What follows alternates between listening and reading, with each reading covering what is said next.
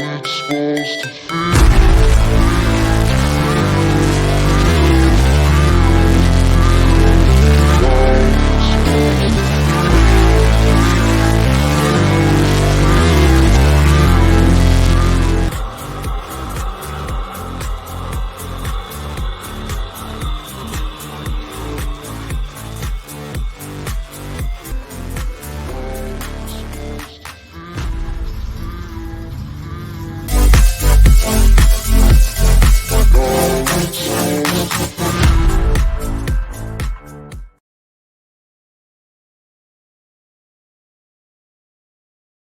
Okay, next up so my lifter bridges is all in, torqued down to 9 foot-pounds or 118 inch-pounds. Next up is head gaskets. So if you look at your head gasket, it says top right here. And then you want to make sure you line up your water port. So you got a square, a rectangular shape one here, and then one with a little drop down.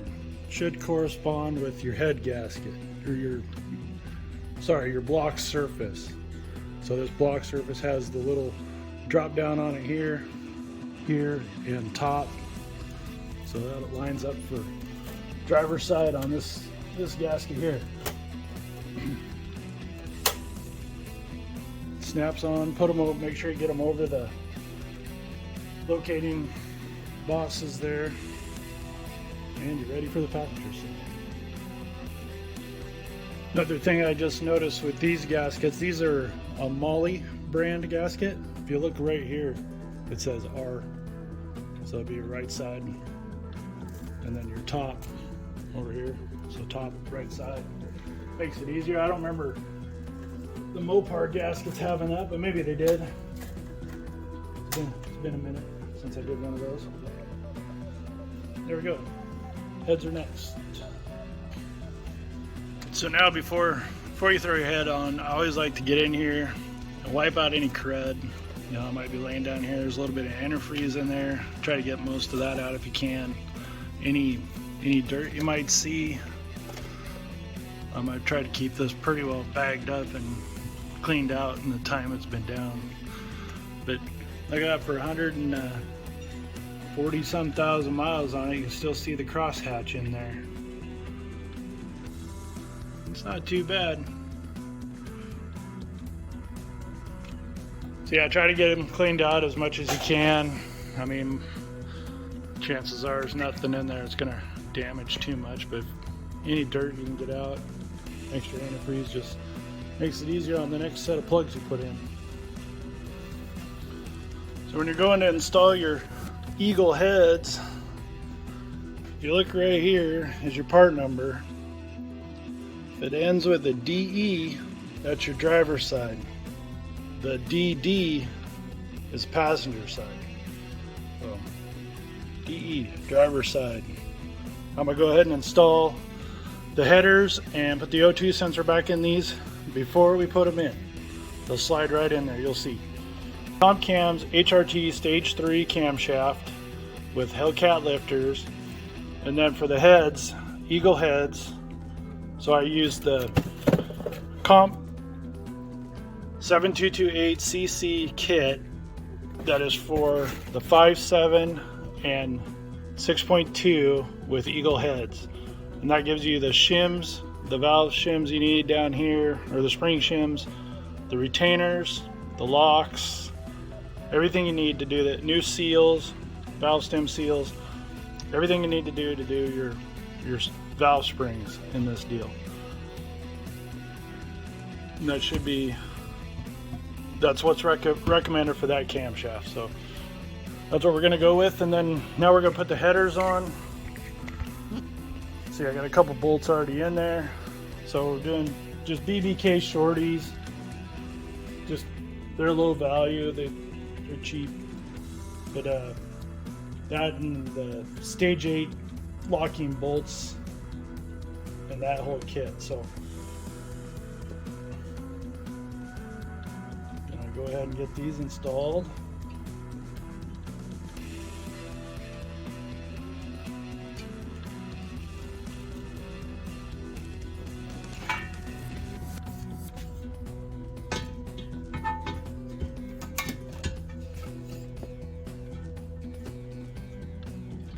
thought that would work. They give you notches. You figure it just slide together like that, but I guess we'll go this route.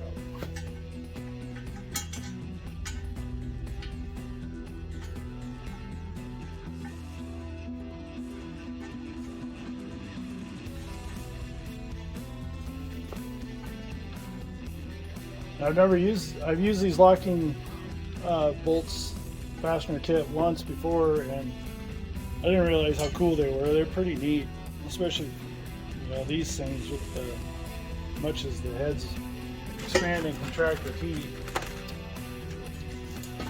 Pretty nice to have this keep the bolts locked on tight. Shouldn't hopefully not blow out gaskets very often. We'll go ahead and get these all in, then I'll tighten them all down, get them tight, and I'll show you how the locking part works. Be right back. Okay, so there I have it.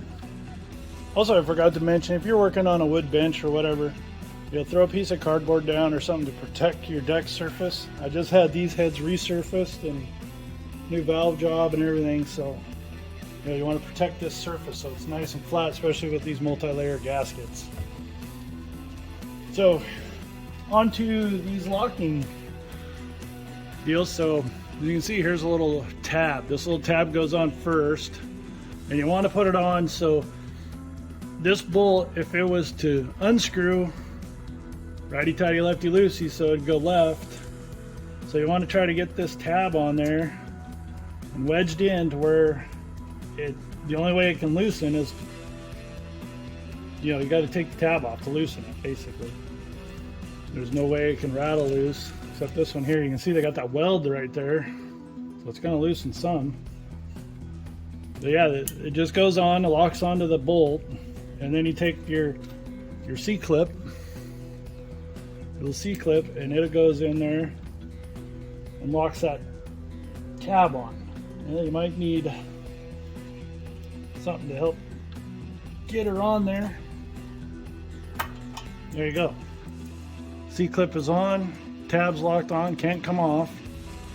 And the only way it can unscrew is to go that way, which, this one, unfortunately, I couldn't get it tight to the tube, but it's got about a, 1/16 of an inch there it can turn. So there you go. So that goes for all of these on this head. And then we'll put a little bit of Never Sees or copper coat on our O2 sensor and stick that in here in a minute. I also thought I should mention the locking tab itself, if you can see, has a lot of serrations in it, so you can keep clocking it until you get it to slide on as tight to the header tube as possible, and then lock her down with the clip. The header bolts are all installed with the clips on them and everything's done, so we'll go ahead and install the O2 sensor. I'm going to put a little bit of copper coat on it, hopefully keep it from seizing up and be able to get it off someday in the future. Just a little dab will do you on that, and we'll install that. Now you can reuse the ones that came out of the old exhaust manifolds. It's no problem. I don't know if it matters if you keep them side to side separated, but get those out, and then your trusty 7/8 wrench is what you need.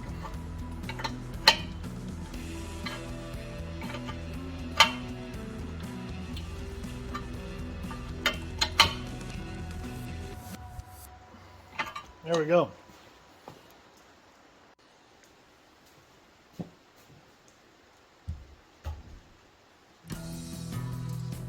Driver's side head is ready. It goes in just like this.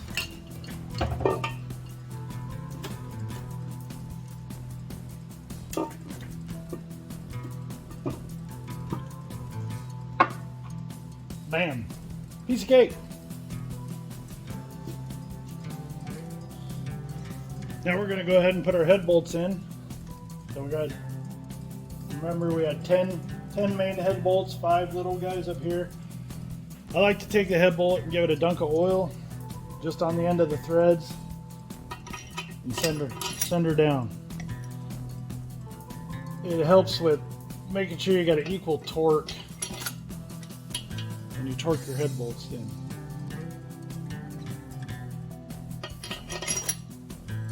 So we'll just drop them all in real quick. Ah, see, almost missed one.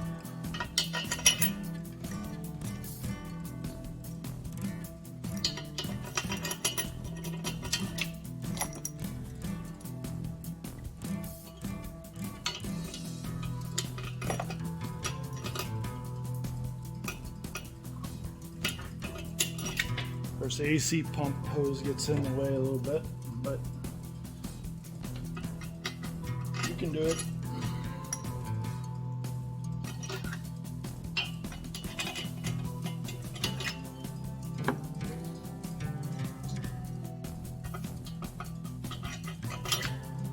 Okay, now with my little 1/4 inch impact, like I said, it only goes to about 20 to 22 foot-pounds. We're going to go ahead and run these in with it first, and you do basically an inside out pattern. So you hit an inside one, then come to the diagonal, then up, and then back to the diagonal, and then over. So it's kind of a star. You work your way back and forth all the way around. We'll cinch them all down. Hey everybody, welcome back to the channel. So I learned things here on my head swap. I found that even though the casting numbers say what your head is supposed to be, that doesn't necessarily mean it's the correct head. So for example, this head here, that part number, everywhere I found says that head is passenger side. Well, if you look at it, the bolt pattern is driver's side, and it also doesn't have the EGR port up here. So even though it's a non-EGR head, it would still have this extra third hole right here. So I basically have two driver's side heads. So I found a passenger side head. It's on its way. Obviously I'll have to take it apart, take it in, get it resurfaced, and then, you know, swap over my valve springs and seals and all that stuff. Hopefully I can get the seals off that head without damaging them. So in the meantime, I'm going to go ahead and take the timing cover. I already pulled out the old seal, so I'm going to clean it up, put a new crank seal in it, and then throw this back on and start assembling the front part, you know, with the AC pump and the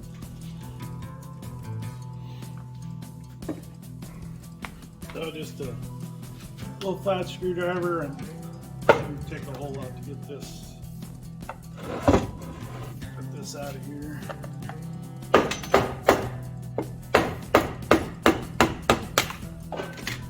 There she goes.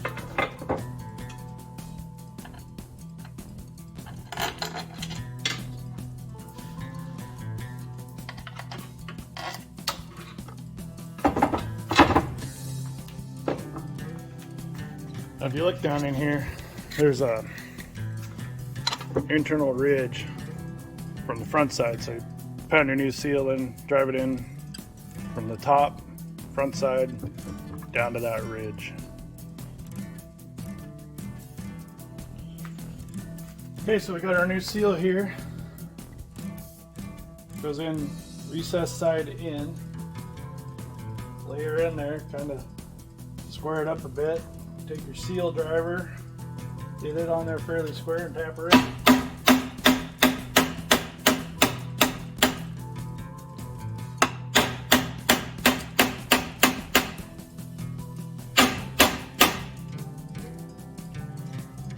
Make sure it feels fairly square around the edge.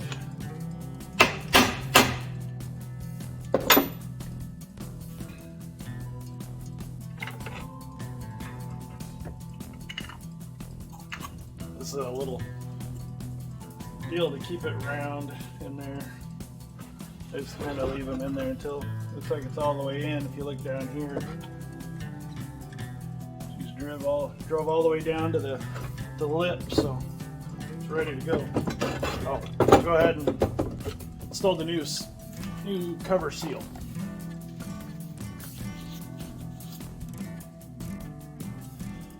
So on your cover seal, I noticed on the one I just removed, the backside you have a couple little grooves there, and then the other side it's just a big ridge. So those little grooves go in. So this is your actual sealing surface, this bigger ridge on the front side.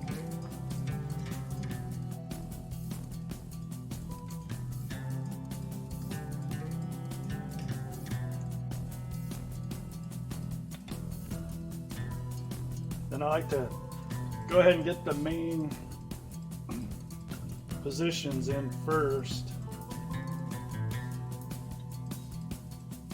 because if you start working our way around, you could end up with these not lining up in the right spot and end up with a wave in your seal there.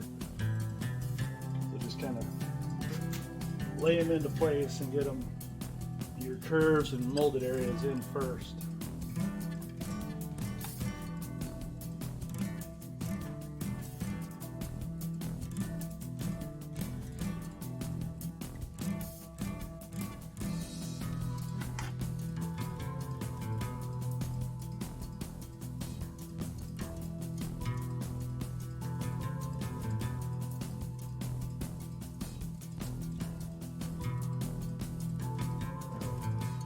Bottom ones are a little bit tougher, I noticed.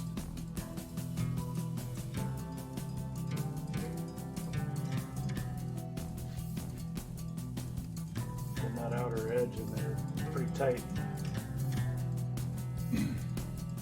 Now once you get it all back into place, you work your middle straight sections back in.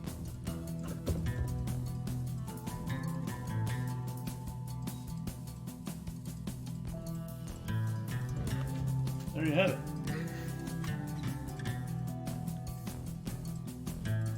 Now down inside here, we're setting the timing cover back on top of the original oil pan gasket that's down here.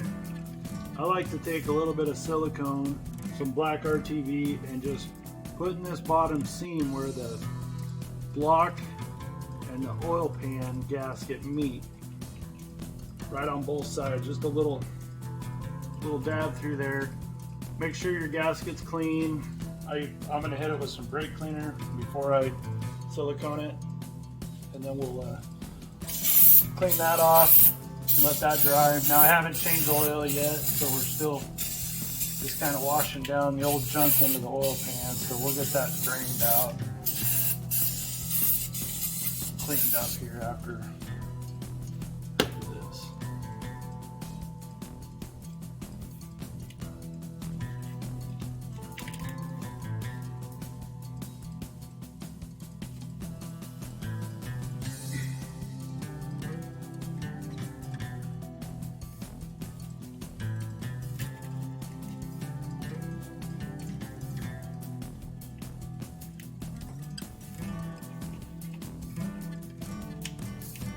Make sure your gasket surface is clean where your rubber seal is going to hit.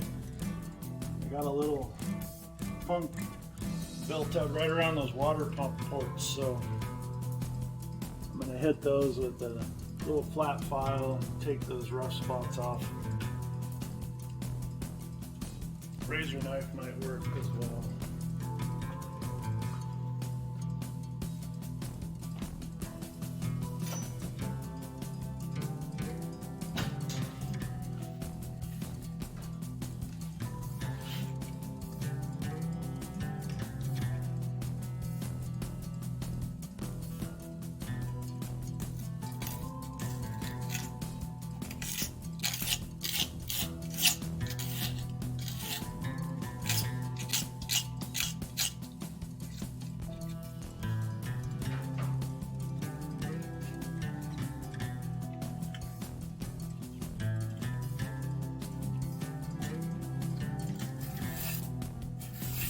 Yeah, razor knife works fine.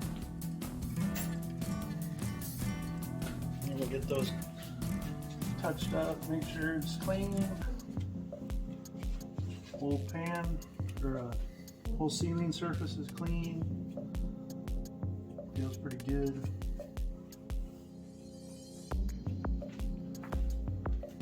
Okay, now we'll go ahead and put my RTV down in there.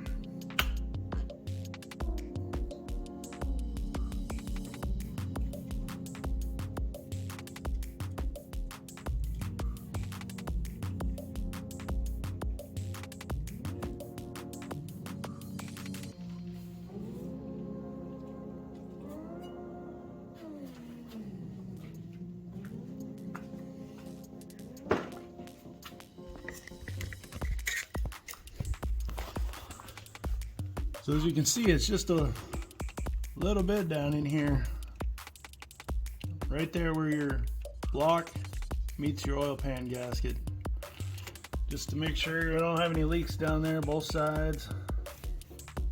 Okay, we're ready to put that timing cover in.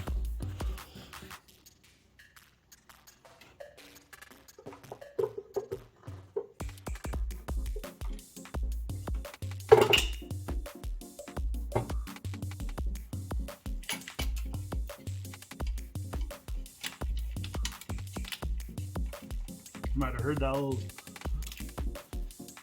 plastic spacer go popping out when I put the cover in, but that's normal, no big deal.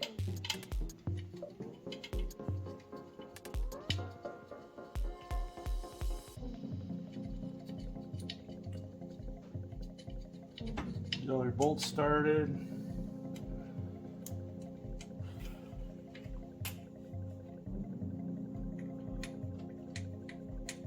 Okay, well, I'm gonna buzz all those down. Remember, 15 millimeter on this stud here, the rest are 13s. I'll get all those buzzed down real quick with my little impact, and then I'll be back and I'll give you torque specs. Well, the timing cover is all bolted down except for the bottom 5 that go up through the oil pan. Those are not installed yet. Well, we're going to torque these down. I don't have a foot-pound torque wrench that'll go low enough for those. So they're supposed to be 21 foot-pounds. So I'm going to use my inch-pound torque wrench cranked up. It'll be 252 inch-pounds for all of those.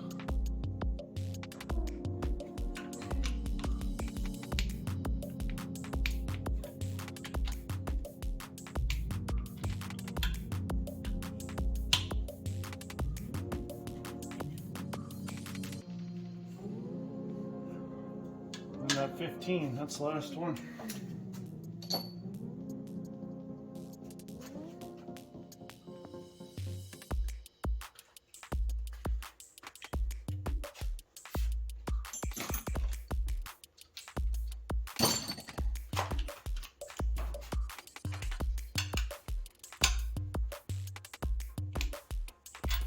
There, that is all torqued down.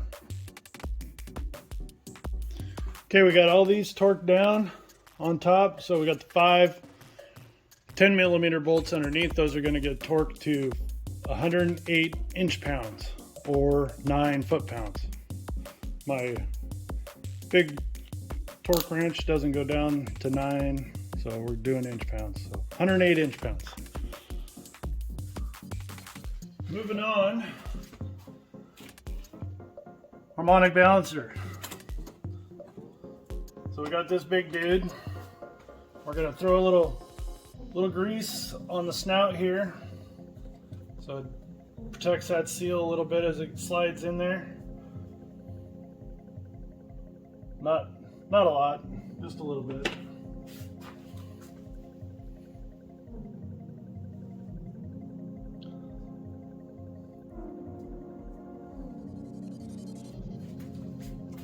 Then you just slide it in, and you know, I mean, it goes on there super easy. And you'll want to take a hammer I like to use this rubber dead blow hammer and try to hit it right in the center of the balancer. Tap her in there.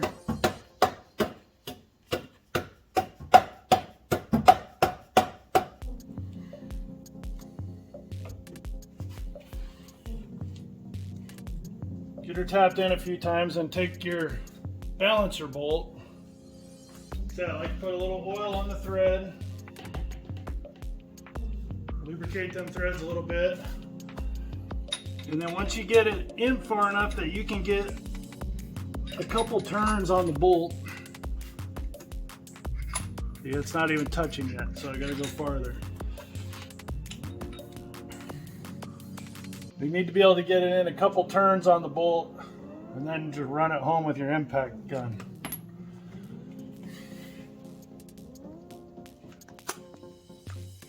Then you take your 13/16.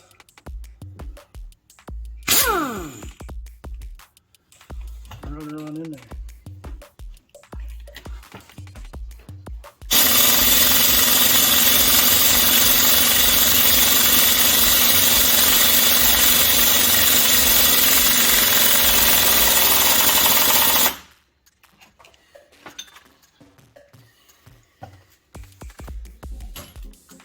And it will come to a stop, so take it in until it stops moving. Now you have that done, that gets torqued to 195 foot-pounds. So good luck. I will torque it after it's completely assembled. You know, spark plugs are in it because there's really no way to hold it right now. So.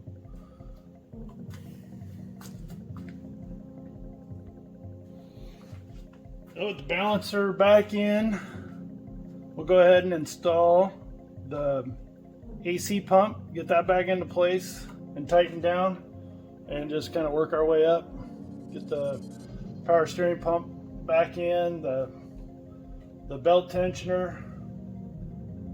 That'll pretty much do it for this side. I'll probably start working on figuring out my push rod length so I can get those ordered next. Okay, the AC pump, it's down there a little bit since we dropped her out, but you got these long 15mm bolts that come up through here into the timing cover.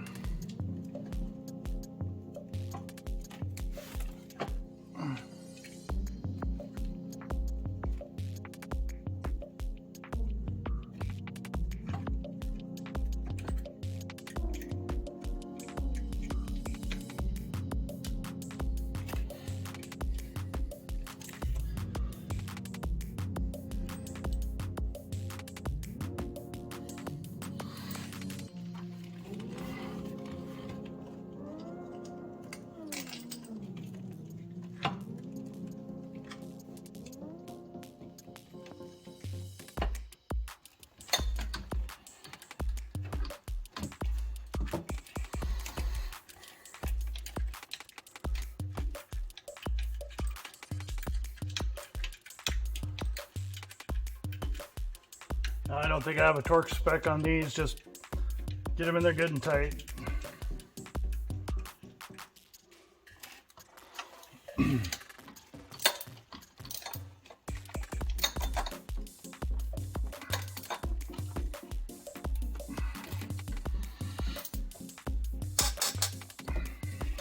let me go get the bottom side.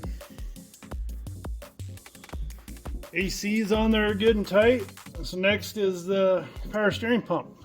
It goes in these three little bolt holes right here inside of the head. Remember, you got to shoot through the pulley to hit the bolt. So you get this on, start the top one there, and then you might have to rotate it a little.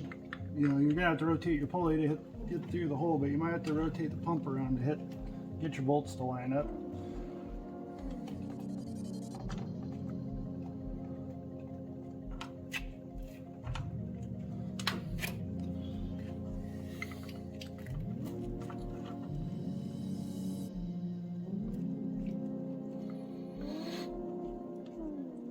Get those all started and thread it in there a bit.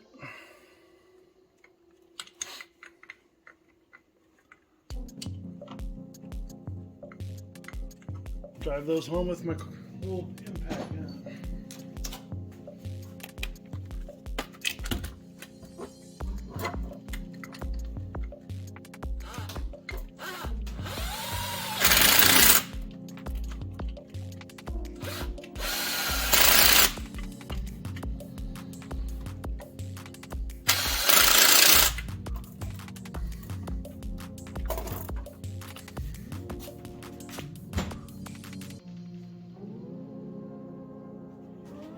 And we'll just hit them with the ratchet just to make sure they're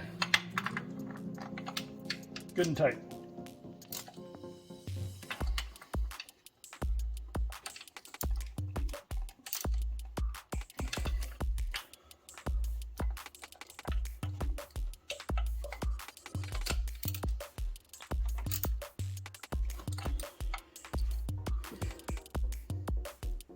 Belt tensioners next. Tensioner, you'll notice right here it has this little boss that sticks out. So you want to line that up, make sure you get it lined up with the hole on the timing cover mount. So get that in there, then put your bolt in.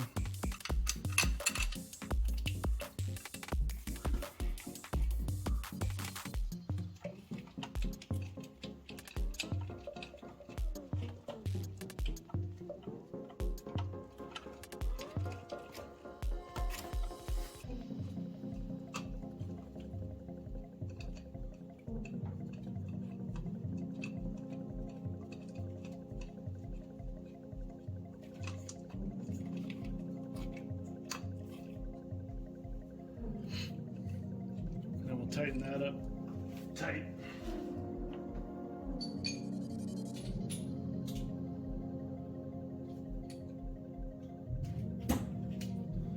Now it's another 15mm bolt.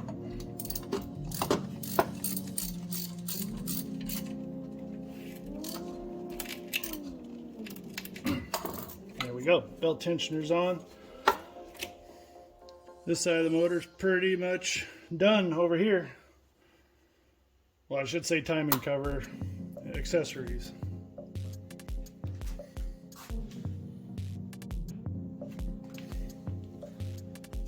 Okay, next up we're going to go ahead and figure out my push rod length. So all your push rods pretty much run along the top of your head for each side. The lower hole will be your exhaust and the upper holes will be your intake. Your intake is intake push rod's a little short guy. Now this is an adjustable push rod. This comes from Hughes engines. We'll be using that to figure out what length push rod we need. Since this is a 2009 through 2015 cylinder head on an 06 block with extra thick head gaskets to drop the compression, because these have a smaller combustion chamber than the earlier head, plus a lot bigger flow, but that has nothing to do with compression, but they're just a lot better head. So we need to figure out what length push rod we're going to need for this combination. Your combination could be different, and we'll go ahead and do that right now. So little short rod, we'll do the intake side first. You're going to slide down in here, and you want to make sure that it's seated into the lifter, and you should be able to move the lifter. You'll feel it slide in. You want to make sure it's not sitting on the edge of the lifter. It should be down in the cup, and you can feel it once it's in the right spot. Then you'll take your intake side rocker arms. Remember, those are stamped intake. So kind of lay them in here, just get them all in alignment. I could have left this all kind of just took all the rockers off and just kept the one, but we'll get them in here anyway. and start tightening down your 10 millimeters. I can tell right now my push rod is not even close to the cup, so we can go ahead and snug all these down. There's a cup on the bottom side of the rocker. You can kind of see it right here. That's where your push rod sits in. So she's not even close right now. So what we're going to do is tighten all these up. We'll run them down with my little gun.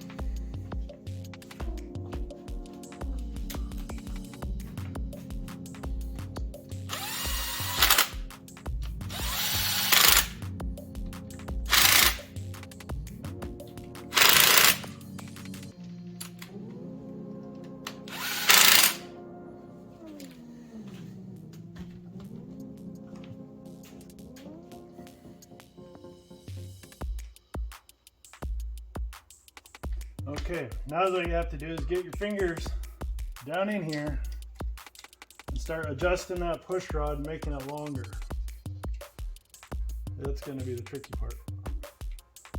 Kind of hold the push rod with your finger and you can kind of turn the end of it with your thumb. And then you need to make sure your rocker is on the valve.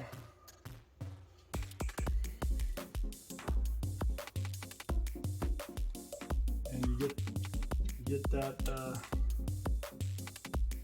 push rod into the cut.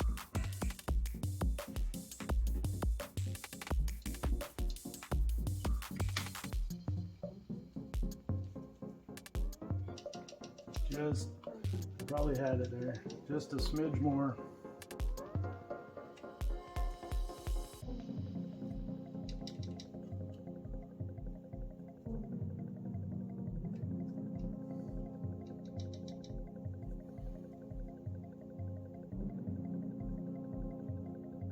This is where you got to be patient.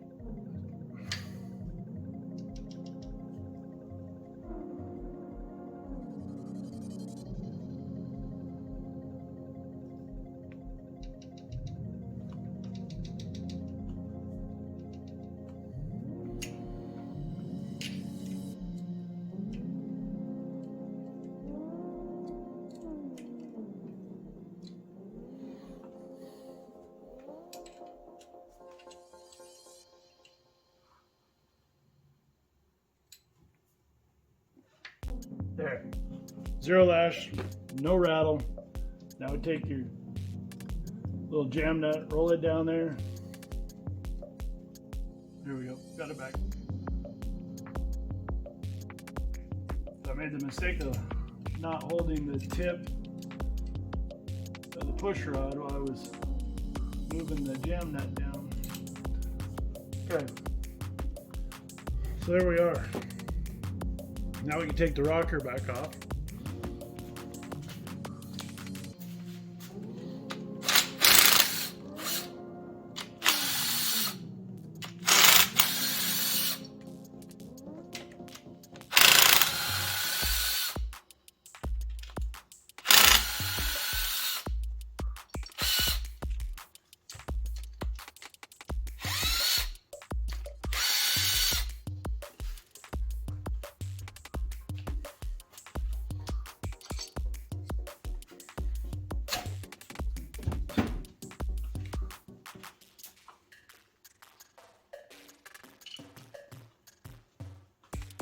And there's the length I need.